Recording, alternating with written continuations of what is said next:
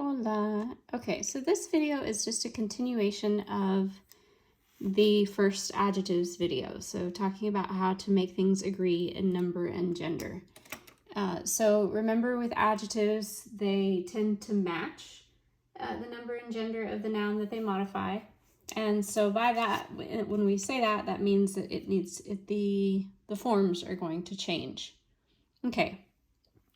So, the next thing we want to talk about is, so in the first video, the adjectives ending with O, which is considered kind of your main form of adjectives. So that was covered in the first one. The second, so now we want to talk about adjectives that end in an E.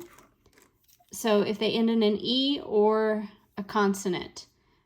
If that's the case, then they're only going to have two forms. So you're not going to have the masculine and feminine forms. It's just going to be singular and plural. Okay, so I've got a couple examples here. So amable is friendly and fiel is faithful. So if we talk about friends and we have a male friend that's friendly, you would have amigo ending with an O here, and then amable. So your just regular form of the adjective is amable, so ending with an E. If it's feminine, amiga, so we change the amiga to make that feminine, and then amable is still the same. So we didn't do any other change there. So another example of a word that would work here, or an adjective that would work, would be inteligente.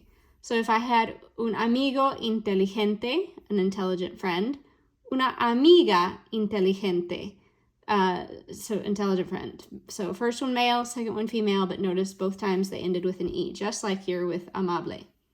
Now, if we have it plural, we are going to make a change, and all we're doing is adding an S onto the end of the adjective.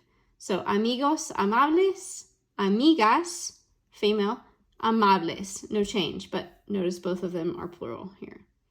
Okay, and then another example, just so you can see one that ends with that's a consonant, ends in a consonant. So we have amigo fiel, amigos fieles. So here, if you think back to when you learned how to make nouns plural, well, to make adjectives plural, they follow the same rules. So if it ends in a consonant, you're going to add an ES instead of just an S. So here's the feminine side over here. We have amiga fiel and amigas fieles. So again, ending with an ES to make that plural, but no distinction here between the masculine and the feminine. Okay, another group or category of the of adjectives is the ones that end in DOR. So if it ends in a DOR, then it's going to have four forms. So we go back to the idea of the four, where it's going to agree in number and gender. So for example, kind of the main textbook one that we tend to always use is trabajador, so a hard worker. So a hardworking friend, un amigo trabajador, so it ends with a DOR. Now if I make that feminine, una amiga trabajadora. So I'm going to add an A to match that A at the end of amiga. So we do make that feminine, so watch for that. There aren't a huge number of adjectives that do this, but just keep in mind they do exist. And then we have amigos trabajadores. So again, here we had dor, right, D-O-R, and so to make that plural, we're going to add ES because the R is a consonant. So amigos trabajadores. Now for the feminine, and I kind of ran out of room on my paper here, I apologize for that, but amigas trabajadoras. So it may be a little hard to read, but that's an AS. So we took trabajador, the masculine one, right? Added the A, and then also added the S so that those match. So that it's feminine plural and feminine plural.